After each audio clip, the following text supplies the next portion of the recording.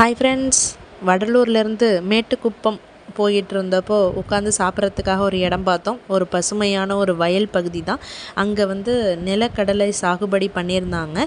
நான் இதுவரையும் நிலக்கடலையே இப்படி கையால் பறித்ததே கிடையாது. அது ஃபஸ்ட்டு அனுபவமாக எனக்கு இருந்தது. அதை ஃபஸ்ட் டைம் நம்ம எடுக்கும்போது ரொம்ப டைட்டாக மண்ணுக்குள்ளே இருந்தது. அதை நம்ம எடுத்துட்டோன்னா ரொம்ப அப்படியே நல்லா ப்ரெஸ் பண்ணிவிட்டு எடுக்கும்போது அதில் அவ்வளோ அழகாக ஒரு நிலக்கடலை இருந்தது. நல்லா கொத்து கொத்தாகவே இருந்துச்சு. நம்ம ரொம்ப சும்மா ஒரு சாம்பிளுக்கு ஒரு 2-3 எடுத்துகிட்டு வந்தோம். அது எது ஈஸியாக எடுக்க முடிஞ்சதோ என்னால் அதை மட்டும் நான் எடுத்து பார்த்தேன். இதே போல் நீங்களும் ஊருக்கு போகும்போது இதை மாதிரி ஏதாவது ஒரு எக்ஸ்பீரியன்ஸ் உங்களுக்கும் இருந்ததா?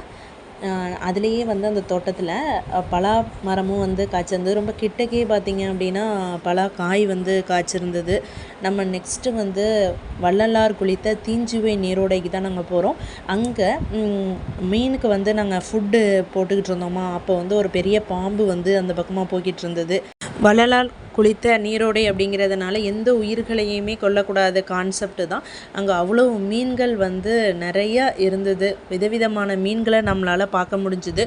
வடலூரில் நம்ம பார்க்க வேண்டிய இடங்கள் என்னென்ன அப்படிங்கிறதே நான் தொடர்ச்சியாக இந்த யூடியூப் சேனலில் அப்லோட் பண்ணுறேன். நீங்கள் அதற்கு எங்கள் யூடியூப் சேனலை சப்ஸ்கிரைப் பண்ணுங்கள் ஃப்ரெண்ட்ஸ். தேங்க்யூ ஃபார் வாட்சிங்.